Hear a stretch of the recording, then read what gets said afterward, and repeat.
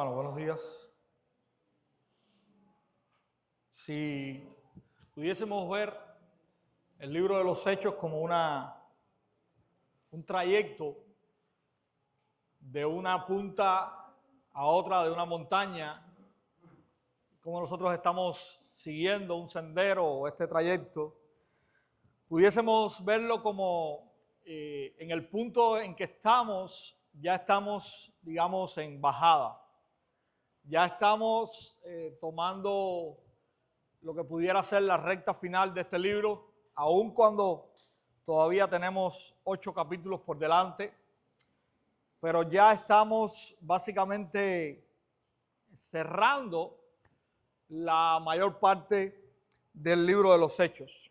Quizás usted ha escuchado una y otra vez una frase que nosotros hemos estado repitiendo en conversaciones, en sermones, en talleres, en conferencias que hemos dado, y esta frase redunda en que la iglesia necesita la palabra de Dios. Lo que nos sostiene es la palabra de Dios, lo que edifica es la palabra de Dios. Y básicamente, aunque muchos piensen que aquellos que predicamos la palabra y entendemos esta verdad y la proclamemos y la repitamos vez tras vez, es meramente un cliché. Nosotros damos gracias al Señor porque, como cantábamos ahorita, y una de las bendiciones que trajo la Reforma Protestante fue devolver la centralidad de la palabra de Dios al pueblo de Dios. Y esta mañana, el pasaje que nos ocupa tiene que ver mucho acerca de esto, nos recuerda esta verdad, nos aclara que no es meramente un cliché, no es meramente una frase que los predicadores repiten, sino que es una verdad inamovible que la iglesia debe sostener. Así que hoy vamos a estar en Hechos capítulo 20, los primeros 38 versículos de este capítulo. Ya le estoy invitando a que usted pueda abrir su carta y vamos a leerlo. Si se da cuenta, los primeros 38 versículos es todo el capítulo. Lo dije a ver si alguien saltaba y no escuché ahí a nadie. Así que vamos a estar en todo el capítulo 20 hoy, mis hermanos. Vamos a estar, como les decía, mirando la recta final, sobre todo de esta parte de los viajes misioneros de Pablo. Ya Pablo está básicamente en la recta final de su misión o de su trabajo misionero, y vamos a estar escuchando lo que pudiéramos estar mirando como la última parte de su tercer viaje misionero. Así que vamos a estar en Hechos capítulo 20 hoy. Si usted ya lo tiene ahí, tiene a bien ponerse en pie, leemos la palabra. Después que cesó el alboroto, Pablo mandó a llamar a los discípulos y, habiéndolos exhortado, despidiéndose, partió para ir a Macedonia. Y después de recorrer aquellas regiones y de haberlos exhortado mucho, llegó a Grecia. Pasó allí 3 meses y, habiéndose tramado un plan en su contra de parte de los judíos, cuando estaba por embarcarse para Siria, tomó la decisión de regresar por Macedonia. Lo acompañaban Sópater de Berea, hijo de Pirro, Aristarco y Segundo de los tesalonicenses, Gayo de Derbe y Timoteo, Tíquico y Trófimo de Asia. Pero estos se habían adelantado y nos esperaban en Troas. Nos embarcamos en Filipos después de los días de la fiesta de los panes sin levadura, y en 5 días llegamos a donde ellos estaban en Troas, y allí nos quedamos 7 días. El primer día de la semana, cuando estábamos reunidos para partir el pan, Pablo les hablaba, pensando salir al día siguiente, y prolongó su discurso hasta la medianoche. Había muchas lámparas en el aposento alto donde estábamos reunidos, y estaba sentado en la ventana un joven llamado Eutico. Como Pablo continuaba hablando, Eutico fue cayendo en un profundo sueño hasta que, vencido por el sueño, se cayó desde el 3er piso y lo levantaron muerto. Pero Pablo bajó y se tendió sobre él, y después de abrazarlo dijo: no se alarmen, porque está vivo. Volviendo arriba, después de partir el pan y de comer, conversó largamente con ellos hasta el amanecer y entonces se marchó. Al muchacho se lo llevaron vivo y quedaron grandemente consolados. Entonces nosotros, adelantándonos a tomar la nave, salimos para Asón con el propósito de recoger allí a Pablo, pues así lo había decidido, deseando él ir por tierra hasta Asón. Cuando nos encontró en Asón, lo recibimos a bordo y nos dirigimos a Mitilene. Saliendo de allí, al día siguiente llegamos a Quío y al otro día atracamos en Samos. Habiendo hecho escala en Trogilio, al día siguiente llegamos a Mileto, porque Pablo había decidido dejar a un lado a Éfeso para no detenerse en Asia, pues se apresuraba para estar en Jerusalén el día de Pentecostés si le era posible. Desde Mileto mandó mensaje a Éfeso y llamó a los ancianos de la iglesia. Cuando vinieron a él, les dijo: ustedes saben cómo he sido con ustedes todo el tiempo, desde el primer día que estuve en Asia. He servido al Señor con toda humildad, con lágrimas y con pruebas que vinieron sobre mí por causa de las intrigas de los judíos. Bien saben cómo no rehuí declararles a ustedes nada que fuera útil y de enseñarles públicamente y de casa en casa, testificando solemnemente, tanto a judíos como a griegos, del arrepentimiento para con Dios y de la fe en nuestro Señor Jesucristo. Ahora yo, atado en espíritu, voy a Jerusalén sin saber lo que allá me sucederá, salvo que el Espíritu Santo solemnemente me da testimonio en cada ciudad, diciendo que me esperan cadenas y aflicciones. Pero en ninguna manera estimo mi vida como valiosa para mí mismo, a fin de poder terminar mi carrera y el ministerio que recibí del Señor Jesús, para dar testimonio solemnemente del Evangelio de la gracia de Dios. Y ahora, yo sé que ninguno de ustedes, entre quienes anduve predicando el reino, volverá a ver mi rostro. Por tanto, les doy testimonio en este día de que soy inocente de la sangre de todos, pues no rehuí declararles todo el propósito de Dios.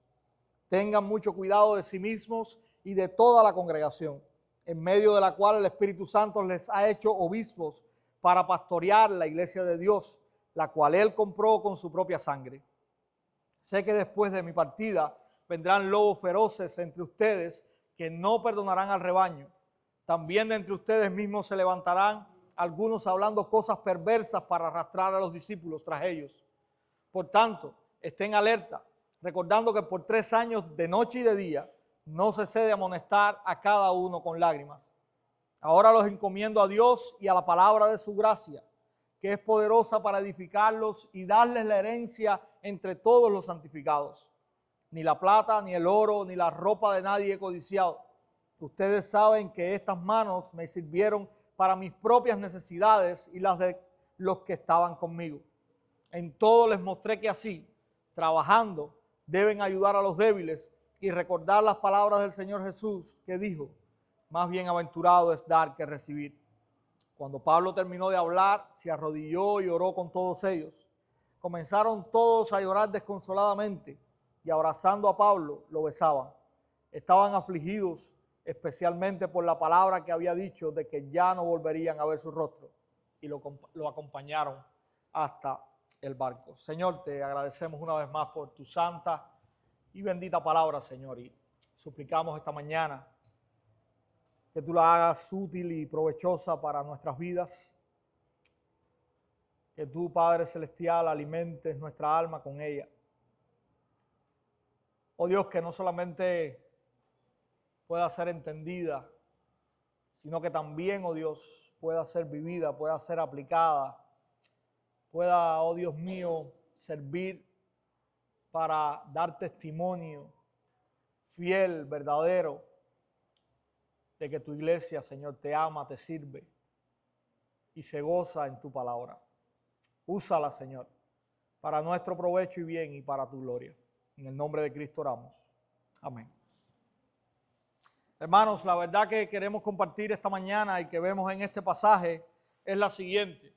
La iglesia permanece firme por la palabra de Dios. La iglesia permanece firme por la palabra de Dios. En los primeros 16 versículos vamos a estar viendo cómo Pablo está despidiéndose de muchas iglesias y pasa por varias regiones en las cuales ya él había estado predicando el evangelio. Después de este gran motín que el capítulo 19, nos relata que se levantó contra él y contra la predicación del evangelio en Éfeso, Pablo no sale a esconderse, Pablo no sale a resguardarse, Pablo no está buscando su seguridad, sino que Pablo llama a los discípulos y hay una frase, si usted es detallista, que está en el versículo 1 y también en el versículo 2. Dice que Pablo les exhortó, dice, y habiéndolos exhortado, despidiéndose, partió para Macedonia. Pero no solamente se nos dice, o Lucas nos dice, que Pablo exhortó a los hermanos en Éfeso después de aquel gran alboroto, sino que también al recorrer o al comenzar a recorrer estas regiones, dice el versículo 2, y haberlos exhortado mucho, llegó a Grecia. Mis hermanos, la palabra exhortar aquí no significa simplemente o solamente brindar un consejo breve. La palabra que usa Lucas en este pasaje es la palabra parakaleo, que significa animar, que significa fortalecer, que significa consolar, que significa afirmar y sostener espiritualmente. Es la idea de alguien que está al lado de otra persona y que esa persona necesita ayuda y ese alguien está sosteniéndola, está ayudándola de alguna manera. Cuando nosotros vemos el ministerio de Pablo al cerrar su tercer viaje misionero, vemos un ministerio que se centra básicamente en exhortar, para usar la misma palabra que Lucas usa, a los hermanos en estas iglesias que ya estaban establecidas. Y la manera que Pablo está exhortando a estos hermanos es por medio de la palabra de Dios. Y ahorita vamos a verlo de una manera más clara. Pero no podemos dejar pasar por alto, porque Lucas lo reafirma en dos ocasiones, que Pablo está concentrado no en poder ver cómo se deshace de todas estas turbas de los judíos, sino en que las iglesias que ya han sido establecidas puedan ser fortalecidas en la palabra de Dios. Pablo hace algo que él cree que es indispensable para las iglesias. Pablo está fortaleciendo las almas de los hermanos, de los cristianos en todos estos lugares con la palabra de Dios. Y quiero que podamos ver algunas cosas aquí, podamos ver cómo también nosotros podemos aplicar esto. En primer lugar, mis hermanos, debemos reconocer que la vida cristiana es una vida que necesita de la palabra de Dios constantemente. Necesita ese parakaleo constantemente.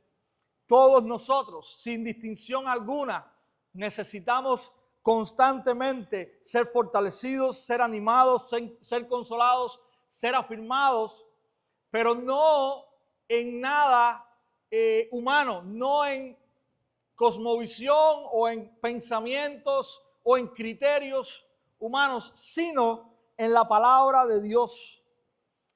Nosotros no podemos pensar que porque somos cristianos ya estamos completos y no necesitamos nada. Nosotros vemos en la experiencia de Pablo, en la experiencia del libro de los Hechos, en que las iglesias, los creyentes necesitan constantemente ser animados, fortalecidos y exhortados por la palabra de Dios. Eso es algo vital. Es por eso, mis hermanos, que este tiempo, todos los domingos, es vital y necesario para nosotros. Es por eso que nosotros debemos tomarlo en serio. Es por eso, mis hermanos, que cada oportunidad que como creyentes tengamos de estar alrededor de la palabra de Dios es vital y es importante para nosotros. En segundo lugar, podemos aprender que la iglesia debe valorar como algo importante la exhortación. No solo la motivación. La exhortación bíblica tiene como característica la advertencia, la corrección y el consuelo. No siempre va a ser emocionalmente agradable recibirla, pero sí es espiritualmente necesaria. Eso es algo que debemos aprender. Mis hermanos, otra de las cosas que podemos aprender es que el ministerio principal que tiene un pastor, y hoy vamos a hablar mucho de los pastores, porque tenemos todo un discurso para los pastores, aunque también es pertinente para la iglesia. El ministerio principal del pastor es exhortar a la iglesia con la palabra. Los pastores no han sido llamados por Dios para entretener a la iglesia, sino que el ministerio principal del pastor es fortalecer a la iglesia por la palabra de Dios. Hermanos, en el verso 3, y vamos a estar avanzando un poquito rápido aquí porque básicamente Lucas nos está contando todo el recorrido que está dando Pablo. Vemos también que hay otro motín, otro complot de los judíos para tratar de detener a Pablo. Hay un ensañamiento de los judíos contra Pablo y esto hace que Pablo cambie el rumbo de su recorrido. Verso 4 vemos que hay una serie de hermanos que se nombran allí, que están acompañando a Pablo en este recorrido. Y qué interesante, vemos nombres, por ejemplo, Sópater, que dice que era de Berea. Si usted recuerda, capítulos atrás veíamos cómo Pablo llega con el evangelio a Berea. Bueno, aquí tiene un colaborador, probablemente fruto de esta predicación. Vemos a alguien que dice que es de Tesalónica. Vemos a Gayo, que dice que viene desde Derbe. Vemos a Timoteo, que también Pablo lo tomó en su viaje. Y vemos también a Tíquico y a Trófimo, que dicen que vienen desde Asia. Y hay una serie de nombres. Ya vemos que el equipo, digamos, misionero que iba con Pablo está creciendo, pero hay versos 5 y 6, un nombre que no se menciona, pero también está ahí, y es precisamente Lucas, quien mismo escribe, también está acompañándoles. Si usted se fija, está hablando o se está incluyendo en la manera que él habla. Dice el versículo 5, estos se habían adelantado y nos esperaban en Troas. Verso 6, nos embarcamos en Filipos, y al final ahí del verso 6 dice, y allí nos quedamos 7 días. Así que todo este gran grupo de acompañantes, de hermanos que están sirviendo junto a Pablo, están junto con él en todo este recorrido y llegan ahora a Troas. Verso 7 en adelante tenemos un relato que muchos conocen por un detalle, pero yo quiero que usted mire que el detalle importante que Lucas está narrando del verso 7 al verso 12 no es que Eutico se haya caído y haya resucitado. Lucas, cuando usted nota el relato, no da mucha importancia a esto. De hecho, el relato comienza Lucas diciéndonos que estos hermanos están reunidos el primer día de la semana para dos cosas. Lucas nos dice que ellos están reunidos en primer lugar el primer día de la semana para partir el pan, y también están reunidos para escuchar la palabra de Dios. Y yo quiero hacer un paréntesis aquí, mis hermanos, y quiero hacer este paréntesis porque en este último tiempo el cristianismo ortodoxo ha estado siendo atacado por una corriente herética llamada, y quizás ahora a usted le suene un poquito el nombre, llamada los judíos mesiánicos, que de judíos no tienen nada, porque son cubanos todos, y de mesiánicos también tienen poco, porque en vez de consolidar lo que Cristo ha enseñado, ellos lo que están es tratando de judaizar a la iglesia para que la iglesia regrese a las prácticas del Antiguo Testamento, prácticas que son incompletas y que nosotros entendemos por el Nuevo Testamento, y aquí tenemos un ejemplo de eso, que ya no son para nosotros. En primer lugar, este es un pasaje interesante, el primer día de la semana la iglesia está reunida. No el séptimo día. Y el primer día de la semana la iglesia está reunida porque desde este tiempo, el tiempo después de Pentecostés, el tiempo donde la iglesia se ha hecho visible en el Nuevo Testamento, la iglesia entiende que el primer día de la semana es su verdadero reposo. Que ya el reposo cristiano no tiene que ver con un día específico directamente, ni con cesar de obras específicas, sino que el reposo cristiano está en Cristo, quien consumó su obra, y en Él nosotros ahora como creyentes podemos reposar. Si vamos a Hebreos 4, ahí usted va a ver que el autor de Hebreos nos lo está diciendo de una manera magistral.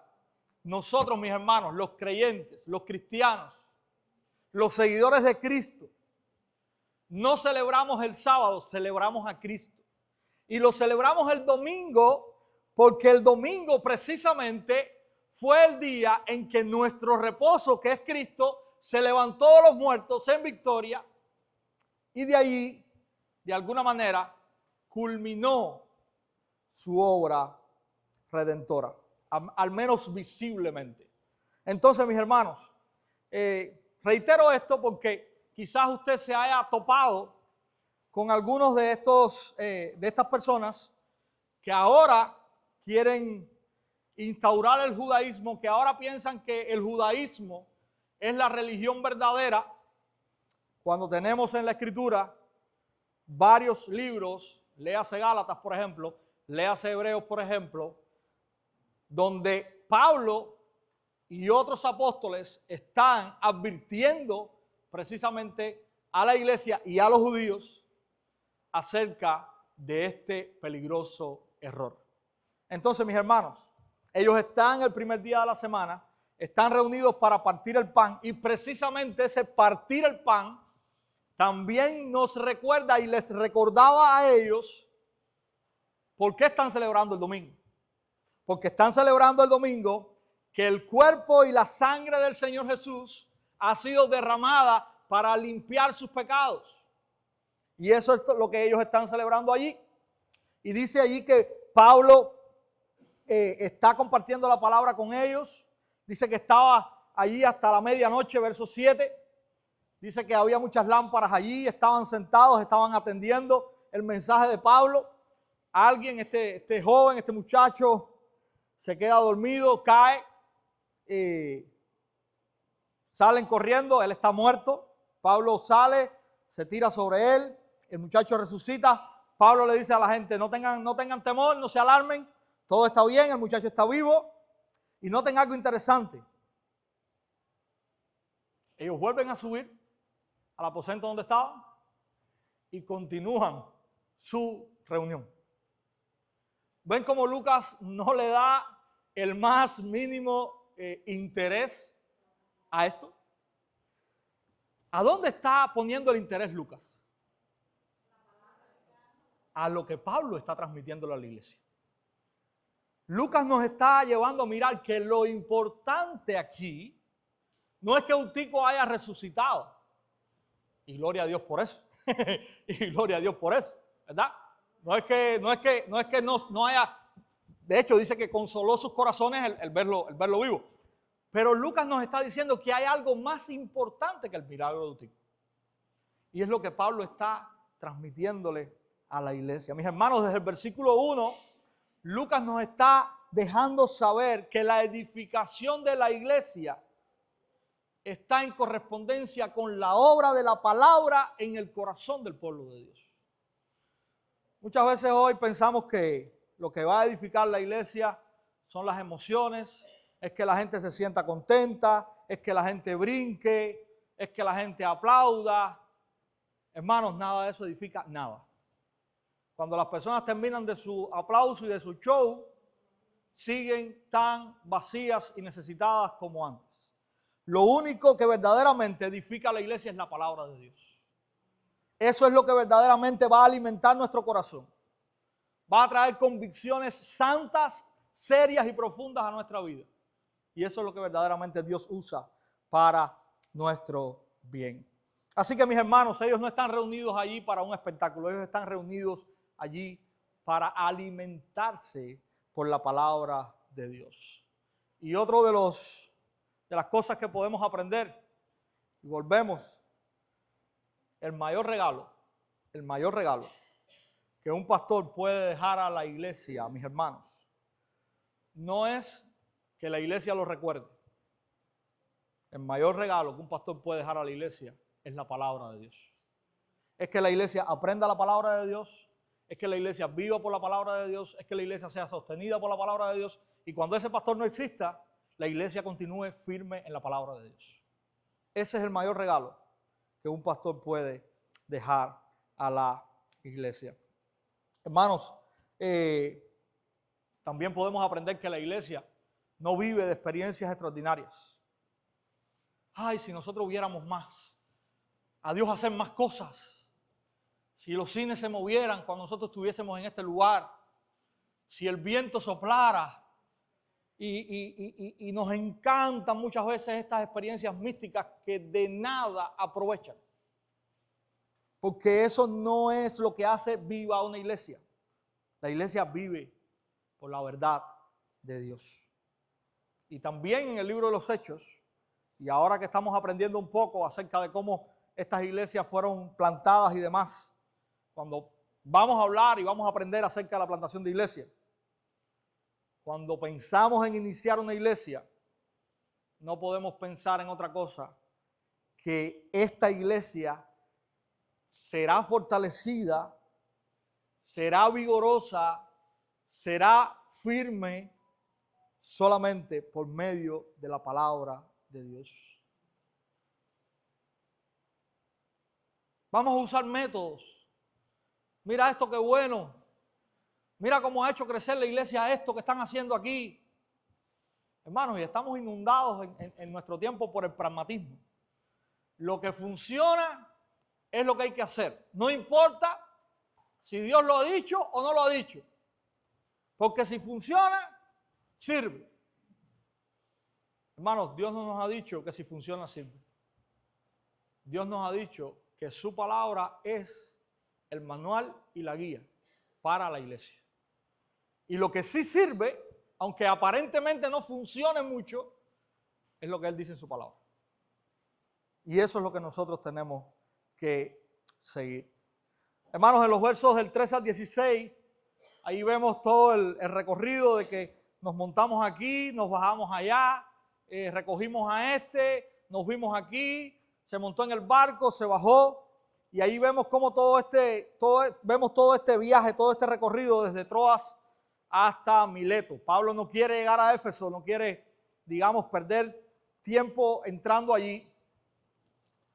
Quizás también él está de alguna manera tratando de no perder tiempo. Recuerden que había salido hacía poco de una disputa tremenda en esta ciudad, pero él sí hace llamar a los ancianos de la iglesia de Éfeso para que vayan a Mileto, se vean allí. Mileto está relativamente cerca, quizás entre 40 y 50 kilómetros de Éfeso, y los ancianos de Éfeso van allí y él tiene ahora un encuentro con ellos, y este es uno de los discursos más largos que nosotros tenemos en el libro de los Hechos, y básicamente es la despedida de Pablo con los ancianos y pastores. Recuerden que en la Biblia es un término igual, así que él tiene este discurso de despedida con los ancianos, con los pastores de Éfeso. Y como les decía ahorita, aunque él está apuntando directamente o primariamente a ellos, también hay muchas cosas aquí que creo que nos sirven a todos como iglesia. En primer lugar, verso 18, Pablo está diciéndole a ellos que él ha sido un ejemplo de servicio al Señor. El testimonio de Pablo, el legado de Pablo no es ajeno, no es, no está oculto para estos pastores de Éfeso. Ellos han podido ver el ejemplo de Pablo de primera mano. Pablo está hablando con personas que él tuvo a su lado todos estos 3 años o poco más de 3 años que él estuvo en esta ciudad, personas que él mismo discipuló, en las cuales invirtió su tiempo con ellos. Y lo primero que Pablo dice es que él ha servido al Señor en este lugar y que ellos saben cómo él ha servido al Señor. Dice Pablo que él ha servido al Señor con toda humildad. El servicio de Pablo no estuvo centrado en él mismo. El servicio de Pablo estuvo centrado en que estos hermanos, esta iglesia, conociera a Cristo, al Señor al cual Pablo sirve. Mis hermanos, un buen siervo de Cristo es aquel que no trata de que las miradas apunten a Él, sino que las miradas vayan hacia Cristo. Es Cristo quien necesita ser conocido, es Jesús quien verdaderamente la iglesia necesita. Y Pablo está diciendo que él ha sido un siervo humilde de Cristo delante de ellos. Dice Pablo que él ha servido con lágrimas y con pruebas. Y mis hermanos, esta es la realidad que probablemente todo siervo del Señor experimenta. Y el resultado de esto está en los versículos 21 y 22. Dice Pablo ahí que él, del 20 en adelante, dice Pablo: bien saben cómo no rehuí declararles a ustedes nada que fuera útil y de enseñarles públicamente y de casa en casa, testificando solemnemente tanto a judíos como a griegos del arrepentimiento para con Dios y de la fe en nuestro Señor Jesucristo. Hermanos, la predicación fiel del Evangelio ha producido en Pablo estas lágrimas y estas pruebas. La predicación fiel del Evangelio siempre produce, siempre genera reacción. Para los judíos, la reacción son estas pruebas, y Lucas acaba de decir en el versículo 3 que ya los judíos continúan tramando hacer algo en contra de Pablo. Pablo está recibiendo estas amenazas constantemente. La predicación del Evangelio para Pablo ha sido causa de hostigamiento constante. Pero no solamente Pablo ha recibido hostigamiento quizás de dentro de los judíos, sino también desde dentro de la iglesia. Estas lágrimas y estas pruebas no eran accidentes. Eran consecuencias de predicar la verdad. Los judíos no la querían. La predicación de Pablo les era contraria. El mensaje les era ofensivo. Pero hermanos, ¿qué decir de la iglesia? ¿Acaso Pablo recibió algo contrario también desde dentro? Y usted pudiera decir, bueno, el pasaje no nos dice nada de eso. El pasaje no nos dice nada de eso. Pero el contexto sí nos dice mucho acerca de eso. Usted sabe que ya en este momento Pablo había escrito la primera y la segunda carta a la iglesia en Corinto. Una iglesia donde Pablo trabajó, Pablo los llevaba en el corazón. Si usted lee 1 Corintios 1, Pablo les dice que los ama entrañablemente en el Evangelio. Sin embargo, era una iglesia rebelde, una iglesia problemática, una iglesia que vivía sin tener en cuenta la palabra de Dios. Una iglesia donde habían divisiones, yo soy de este, yo soy de aquel. Una iglesia donde había inmoralidades tan grandísimas como alguien acostándose con la esposa de su padre. Una iglesia donde las personas iban y resolvían las cosas en los tribunales en vez de sentarse como creyentes y resolverlas entre ellos. Una iglesia donde yo era el bárbaro porque tenía dones que el otro no tenía. Y Pablo tiene que estar corrigiéndolo y diciéndole, no, es el amor. Una iglesia donde algunos están dudando de si van a resucitar o no. ¿Qué puedo decirle? Una iglesia donde Pablo tiene que escribirle porque muchos están también cuestionando y dudando de su apostolado. Ya eso había sucedido, eso está en el corazón de Pablo. Pero Pablo también había escrito la carta a los Gálatas. ¿Se acuerdan ahorita que hablábamos acerca de los judaizantes? No es nuevo eso, hermanos. Pablo está también luchando con otra iglesia, la cual él había puesto su corazón y había servido y había predicado el evangelio. Y en poco tiempo habían venido personas, judíos, que habían querido ahora trastornar todo lo que Pablo había predicado y estaba incitando a estos creyentes a volver al judaísmo. Y Pablo tiene que escribir y decirle: oh Gálatas insensatos, ¿quién los ha fascinado? Pablo tiene que recordarle que la salvación es por gracia y no por la ley. Pablo tiene que recordarles que desde el Antiguo Testamento Abraham fue contado como justo por la fe y no por las obras de la ley, no por la circuncisión. Todo eso está en el corazón de Pablo. Entonces no solamente Pablo recibe oprobio, malos tratos, peligros desde fuera, sino que también Pablo lleva la carga en su corazón de iglesias, de personas las cuales él ha amado y les ha servido. Y ahora Pablo está sufriendo por ver todas estas cosas dentro de la iglesia. Entonces, hermanos, él está diciendo esto: hay pruebas y también hay lágrimas, causadas por personas de afuera, pero también causadas por personas de adentro que han recibido el evangelio y que ahora no están viviéndolo de una manera que agrada al Señor, de una manera fiel. Y Pablo está sufriendo esto. Hermanos, ¿qué podemos aprender hasta aquí? En primer lugar, el ministerio cristiano no está exento de conflictos. Muchas veces pensamos, si Dios está bendiciendo esto, todo tiene que estar tranquilo. Y muchas veces pensamos que esa es la señal de que Dios está bendiciendo algo. Pero hermanos, si nosotros vamos con este pensamiento y lo ponemos delante de Pablo, entonces el ministerio de Pablo no es un ministerio que Dios está bendiciendo. Y eso es un error craso. El ministerio cristiano no está exento de conflictos. De hecho, probablemente todo ministerio fiel sea un ministerio que afronta conflictos. Hermanos, la predicación fiel de la palabra da golpes contra el muro del corazón del hombre.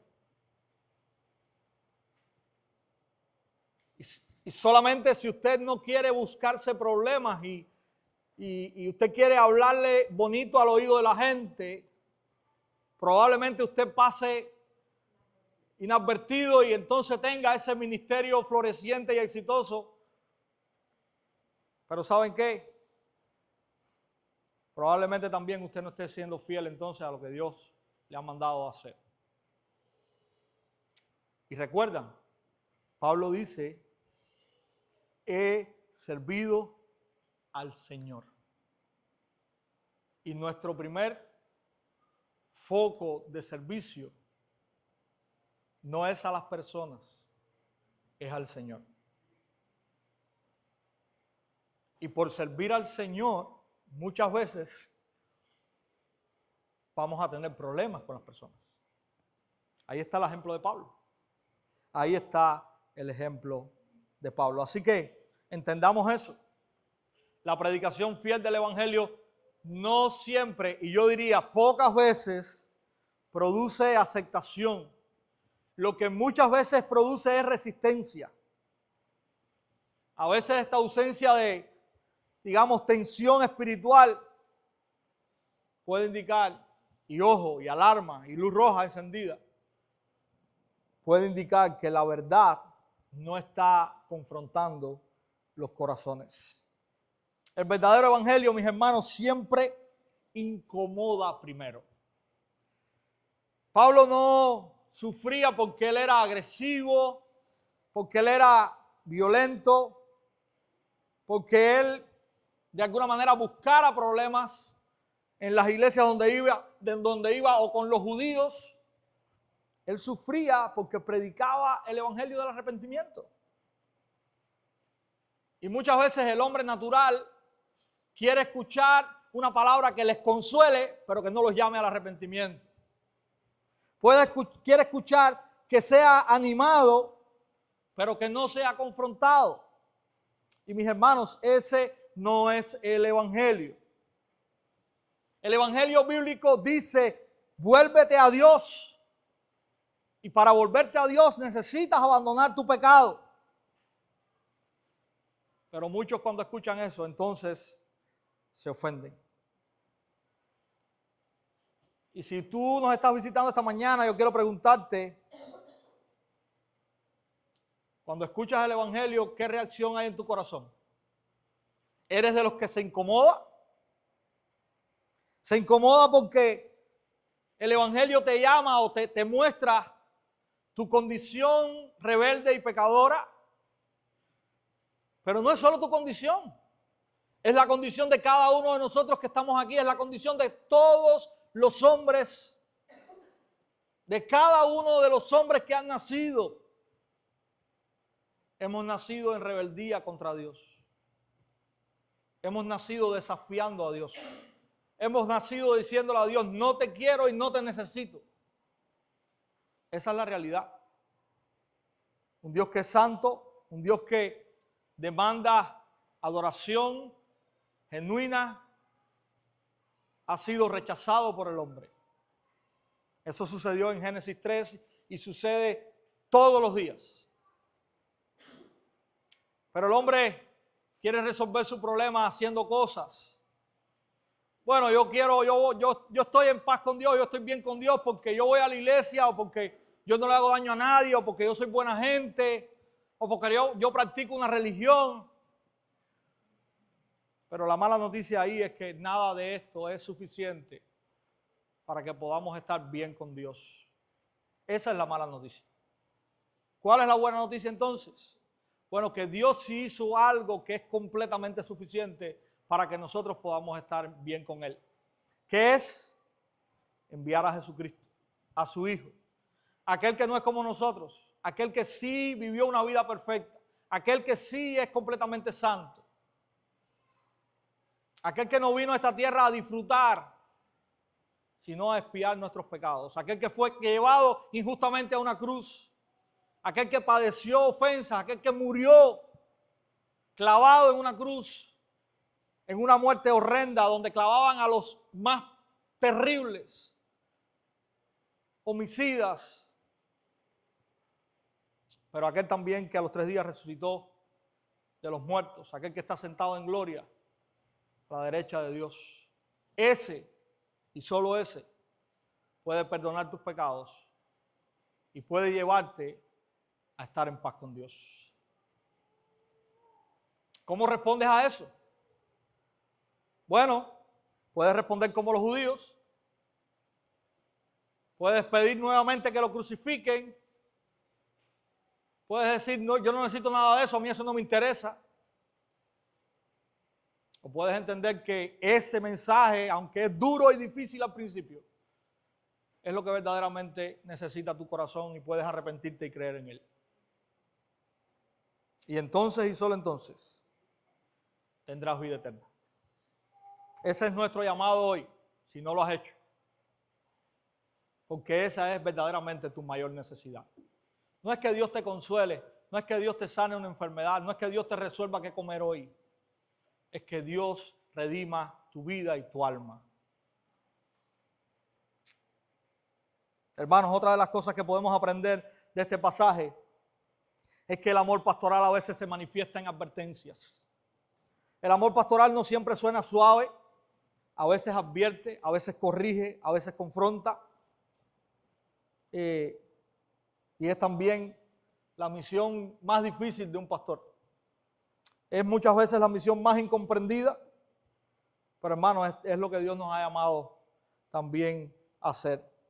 Un pastor que confronta con la Escritura no es un pastor que ataca, es un pastor que te está cuidando. Yo quiero que podamos entender también eso.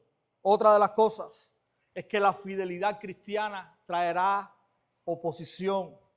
No solamente al pastor, no solamente a los líderes, trae oposición a todo creyente que quiere vivir el evangelio de una manera fiel y correcta. Si vivir nuestra fe nunca ha tenido como consecuencia que estemos en tensión con el mundo, bueno, tendremos quizás que revisarnos qué fe estamos viviendo. Hermanos, otra de las cosas que podemos aprender es que a pesar del costo, debemos continuar predicando el evangelio. ¿Te han rechazado alguna vez cuando has ido a alguna casa a predicar el evangelio y te han cerrado la puerta? ¿Te han dicho, yo no quiero saber de eso, a mí no me interesa lo que me vienes a decir? ¿Te ha pasado eso? Bueno, el llamado es continúa predicando. Continúa haciéndolo. Porque aunque muchos respondan de esta manera, aunque muchos lo hagan, mis hermanos, el mensaje que compartimos es el único que puede verdaderamente dar vida a las personas. Es el único. No hay otro favor más grande que usted pueda hacerle a sus amigos, a sus vecinos, a su familia, que predicarle el evangelio. Aun cuando te escupan en la cara, aun cuando te digan loco, bobo, aun cuando te cierren las puertas. Hermanos, continuamos, verso 23 al 25. Ahora Pablo, versos del 22 en adelante, ahora Pablo está dejándole saber algo a estos hermanos que los van a entristecer mucho. Pablo les dice que ahora yo atado en el Espíritu voy a Jerusalén sin saber lo que allá me sucederá, salvo que el Espíritu Santo solemnemente me da testimonio en cada ciudad diciendo que me esperan cadenas y aflicciones. Verso 24 es un pasaje muy citado, pero es un pasaje que tiene un costo muy alto. Pero en ninguna manera estimo mi vida como valiosa para mí mismo, a fin de poder terminar mi carrera y el ministerio que recibí del Señor Jesús, para dar testimonio solemne del Evangelio de la gracia de Dios. Hermanos, el apóstol está diciendo, tengo un plan, este plan no incluye éxito, no incluye nuevas ciudades para predicar, este plan incluye ir a Jerusalén, y lo que el Espíritu Santo me está mostrando es que este plan me va a costar, ¿verdad? Y como les decía ahorita, nos encanta muchas veces citar este pasaje, pero hay un costo aquí que el apóstol Pablo está dispuesto a afrontar. Porque lo que el Espíritu Santo le está diciendo es que Jerusalén no va a ser un lugar donde él va a encontrar un buen recibimiento, sino que en Jerusalén va a encontrar cadenas y aflicciones. Mis hermanos, la voluntad de Dios no siempre va a coincidir con la comodidad. Y yo creo que muchas veces nosotros incorrectamente eso es lo que esperamos. Señor, yo quiero hacer lo que tú quieres y yo quiero que tú me devuelvas esto. Sí, Señor, yo quiero ir, pero Padre, yo quiero ir, pero yo quiero que tú me des esto. Yo quiero, mientras que esté yendo, que tú me favorezcas con esto, que todo me vaya bien, que el camino sea liviano. Hermanos, eso no es lo que sucede con el apóstol Pablo, pero a pesar de eso, el apóstol Pablo tiene una convicción. Y él está diciendo que lo que le importa no es su vida, no es su bienestar, no es su beneficio, sino que él pueda acabar su carrera con gozo y pueda terminar el ministerio que el Señor le ha dado. ¿Cuántos vivimos de esta manera? ¿Cuántos vivimos pensando en que lo que importa no es mi vida o no soy yo, sino el Señor? Yo creo que necesitamos aprender todos los días del apóstol Pablo. Porque estamos muy cómodos o muy acomodados a que Lo que importa soy yo y lo que Dios me puede dar, y no es lo que el Señor demanda de nosotros. Que podamos aprender esta frase no solamente para repetirla, sino para vivirla, pero en ninguna manera estimo mi vida como valiosa para mí mismo, a fin de poder terminar mi carrera y el ministerio que recibí del Señor Jesús, para dar testimonio solemnemente del Evangelio de la gracia de Dios. Hermanos, versos del 25 al 27, Pablo les dice a los pastores de Éfeso que no lo volverán a ver. Él dice, y ahora yo sé que ninguno de ustedes, entre quienes anduve predicando el reino, volverá a ver mi rostro. Pero en el verso 26 dice algo interesante, y en el 27, él le dice, por tanto, les doy testimonio en este día de que soy inocente de la sangre de todos, pues no rehuí declararles todo el propósito de Dios. Y Pablo usa de nuevo aquí a Ezequiel 33. Ya lo usó anteriormente, ¿recuerdan? Hace, creo que 2 domingos atrás lo vimos. Pablo vuelve a citar Ezequiel 33 y él les dice que él ha sido el centinela de Dios, que no ha rehusado predicarles el evangelio a pesar de que eso ha traído consigo, como dijo anteriormente, lágrimas y pruebas. Por eso Pablo dice, yo estoy libre de la sangre de ustedes, porque yo no he rehusado declararles todo el propósito de Dios. Qué interesante. Y esto es algo también para aprender. Dice la Reina Valera, todo el consejo de Dios. Pablo no solamente instruyó a los hermanos o enseñó a los hermanos en los pasajes bonitos de la Biblia, sino que Pablo entiende que para edificar verdaderamente la vida de los hermanos, también es necesario que ellos puedan escuchar los pasajes incómodos de la palabra de Dios. Él no dejó fuera nada que la palabra de Dios pudiese traer para el corazón y la vida de las iglesias. Hermanos, la iglesia necesita todo el consejo de Dios. La iglesia necesita ser expuesta a toda la palabra de Dios. La iglesia no solo necesita mensajes motivacionales, no solo necesita que los oídos sean endulzados con promesas bonitas de la palabra de Dios. Necesita escuchar a Dios, animarles, pero también confrontarles, pero también exhortarles. Necesitan muchas veces ser incomodados, ser disciplinados. Qué interesante, Pablo le recuerda a Timoteo en la segunda epístola, en el capítulo 3, en el verso 16, le recuerda la utilidad de la palabra. Y qué interesante, Pablo le dice que la palabra es útil para enseñar. Escuche las palabras que vienen ahora, para reprender, para corregir y para instruir en justicia. ¿Verdad? No dice para motivar, ni para animar,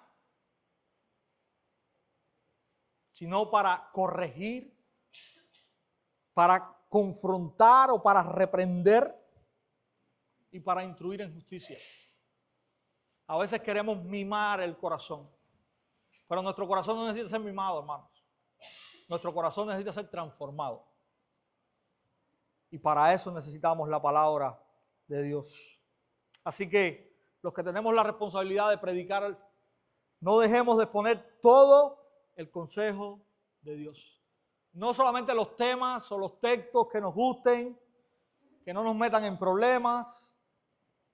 Yo creo que como Pablo necesitamos recordar que servimos al Señor. Y por amor al Señor y por amor a la iglesia del Señor, debemos exponer toda la palabra de Dios. Aunque no guste en su momento, aunque incomode, pero eso es lo que la iglesia necesita, es lo que el hombre de Dios necesita, como le decía Pablo a Timoteo.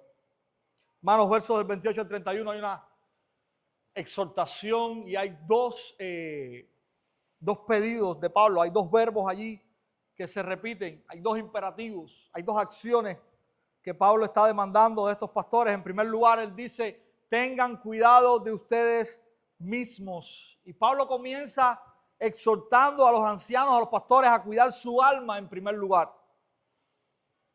Y creo que la razón por la que lo hace es por lo que él va a decir a continuación. Los versos 29 y 30, él está diciendo lo siguiente: sé que después de mi partida vendrán lobos feroces entre ustedes que no perdonarán al rebaño. También entre ustedes mismos se levantarán algunos hablando cosas perversas para arrastrar a los discípulos tras de ellos. Hay dos áreas, mis hermanos, que los pastores están llamados a cuidar celosamente: su corazón, su alma, porque los pastores son seres humanos de carne y hueso, pecadores, como cualquier otro ser humano. Así que Pablo está exhortando a estos ancianos, a estos pastores, que ellos velen por ellos mismos. Velen por su corazón. Y velen por su corazón, mis hermanos. Y hay áreas, hay cosas que Dios nos ha dado para que nuestro corazón pueda estar sano. En primer lugar, la palabra de Dios. Y un pastor no solamente debe ir a la palabra de Dios para prepararse para predicar. Un pastor debe ir a la palabra de Dios para alimentar su propia alma, como va cualquiera. Y eso tenemos que cuidarlo.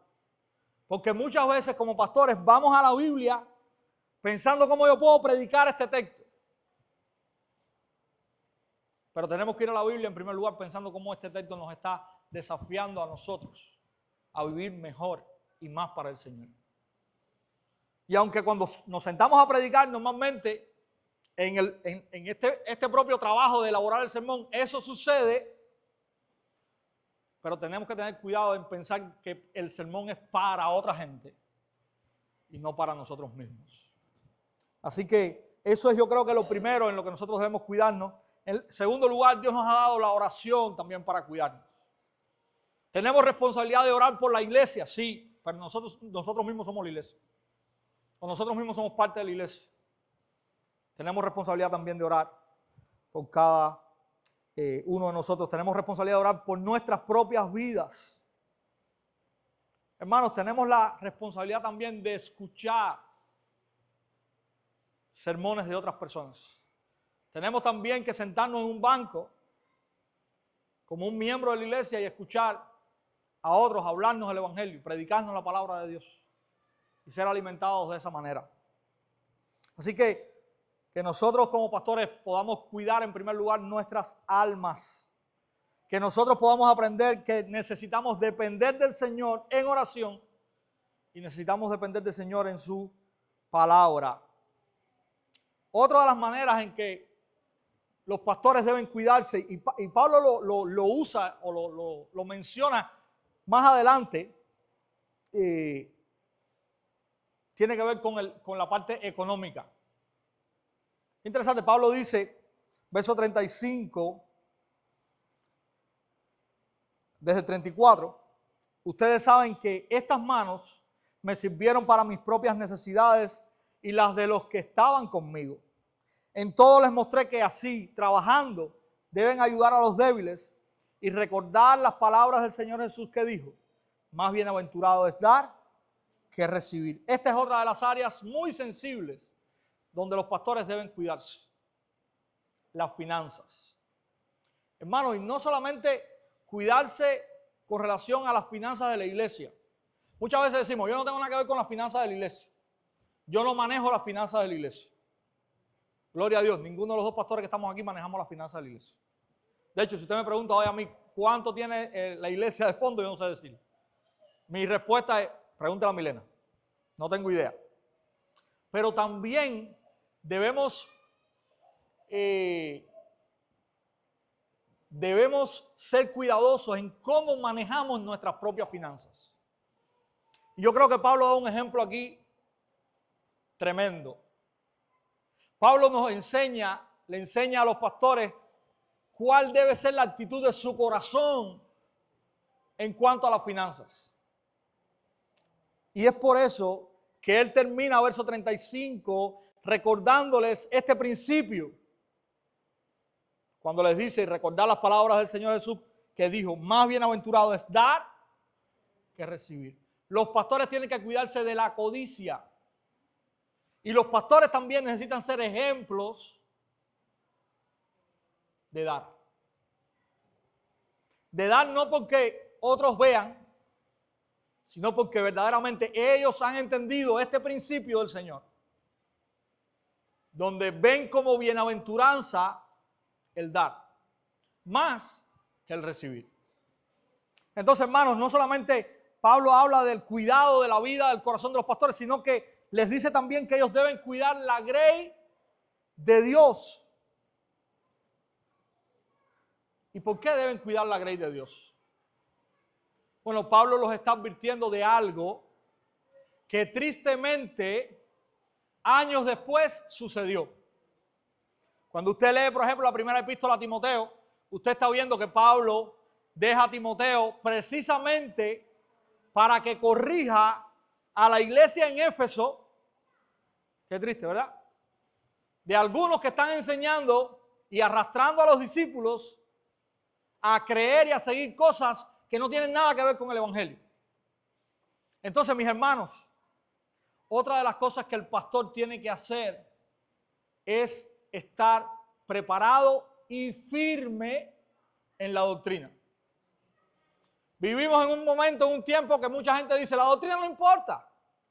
Eso no es importante. Lo que importa es que nos amemos. ¿Cómo usted va a amar a la iglesia del Señor si usted no le enseña fielmente la palabra? ¿Cómo la va a amar? Amar, mis hermanos, también implica proteger. Y los pastores no pueden proteger a la iglesia si no conocen la verdad de la palabra.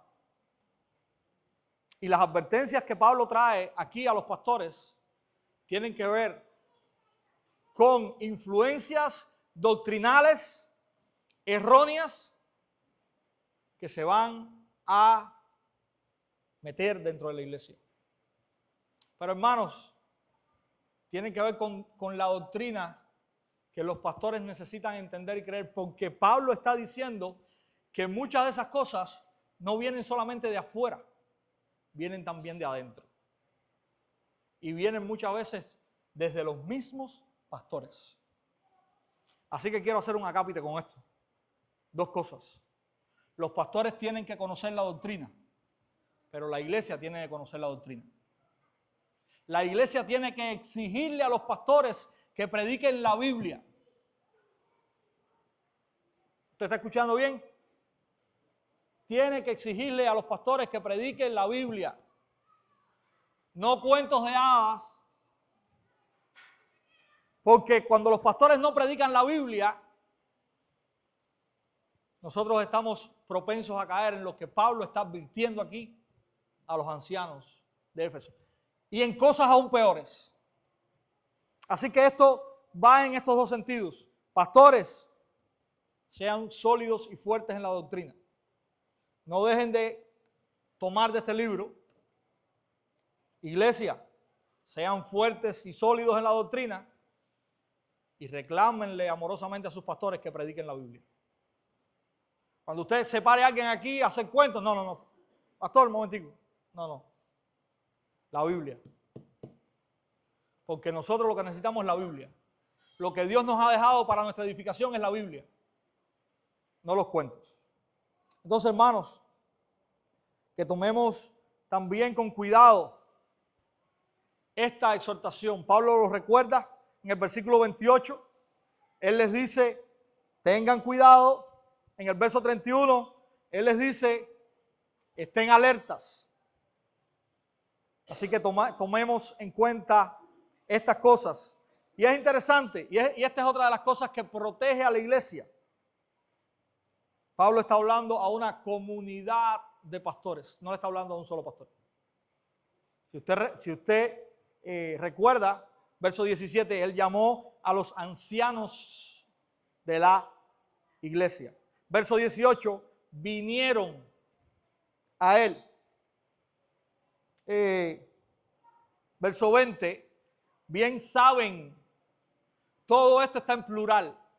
Y hermanos, una de las cosas que protege a la iglesia y a los pastores es la pluralidad de pastores. Es que la iglesia tenga varios pastores. Protege a los pastores en el sentido de que el alma de los pastores necesita ser pastoreada. Y cuando no hay más pastores en la iglesia, eso no sucede. Pero también protege a la iglesia en que muchos pastores pueden velar precisamente por la doctrina de la iglesia. No es lo que un pastor dice desde el púlpito. Todos los pastores están puestos para examinar esa doctrina. Pero protege a la iglesia también porque la iglesia no solamente recibe lo que un pastor puede ofrecerle. Hermanos, somos simples seres humanos de carne y hueso. Tenemos debilidades y necesidades. No tenemos todos los dones. Pero cuando la iglesia tiene varios pastores, puede disfrutar de áreas en las que quizás un pastor no esté dotado por el Señor, pero otro sí. Y eso es bueno. Y eso edifica a la iglesia. Y eso es bueno para el ministerio de la iglesia. Hermanos, ¿qué podemos aprender de todo esto? Y ya hemos estado hablando un poquito de cosas que podemos aprender. Pero quiero recordar algunas cosas. En primer lugar, pastores e iglesias, busquen que siempre quien gobierne la iglesia sea el Señor y su palabra. Quien gobierna la iglesia es el Señor y su palabra. No nadie más. El Señor y su palabra. Pastores, necesitamos recordar que la iglesia es del Señor. Pablo dice, para cuidar la iglesia del Señor. Porque Él la compró con su sangre. Ninguno de nosotros dio su sangre. El Señor lo dio. La iglesia es de Él. Así que tenemos que recordar que la iglesia es del Señor. Y que la única autoridad que nosotros tenemos como pastores es cuando nosotros hablamos y levantamos la escritura y decimos, así dice el Señor. Esa es la única autoridad que tenemos. Pastores, amemos la iglesia del Señor.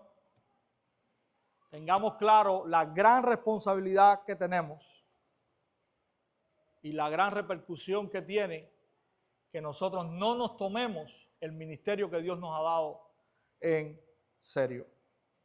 Versos 36 al 38, Pablo está despidiéndose. Ahí hay una despedida realmente dolorosa. Ahí vemos cómo él se está despidiendo. Todos los que estaban con él, estos ancianos se arrodillaron, lloraron con él, se abrazaron. Dice la palabra que lloraron desconsoladamente y lo besaron. Porque él les dijo que de ahí en adelante no les vería más. Hermanos, hay una realidad en esta despedida. Pablo se iba. No iba a volver más. No lo iban a ver más. Pero Pablo lo que está haciendo, diciéndoles, no solamente a esta iglesia en Éfeso, sino a todas las demás iglesias desde que comenzó el capítulo 20, es lo siguiente. Dios y su palabra están con ustedes. Por tanto, ustedes deben continuar perseverando firmes en ella. Yo no voy a estar más, pero la palabra de Dios continúa entre ustedes. Y eso es verdaderamente lo que ustedes necesitan. Los pastores son regalos de Dios a la iglesia. Efesios 4 lo dice. Pero los pastores no son el centro ni son la mayor necesidad que la iglesia tiene. La mayor necesidad que la iglesia tiene es Dios y su palabra. Eso es lo que nosotros podemos aprender de Hechos 20. Entonces, hermanos, concluyo. Este texto nos enseña la importancia de la palabra de Dios en la vida de la iglesia. La iglesia permanece firme y permanece fiel, no por la presencia de sus líderes, sino porque Cristo la guarda por su palabra. Recordemos, la iglesia permanece firme por la palabra de Dios. La palabra de Dios es quien la sustenta, es quien la guarda y es el manual que la iglesia debe seguir. Así que nosotros podamos entender esto y que nosotros podamos también vivir a la luz de esta verdad. Que el Señor nos ayude y que Él nos bendiga.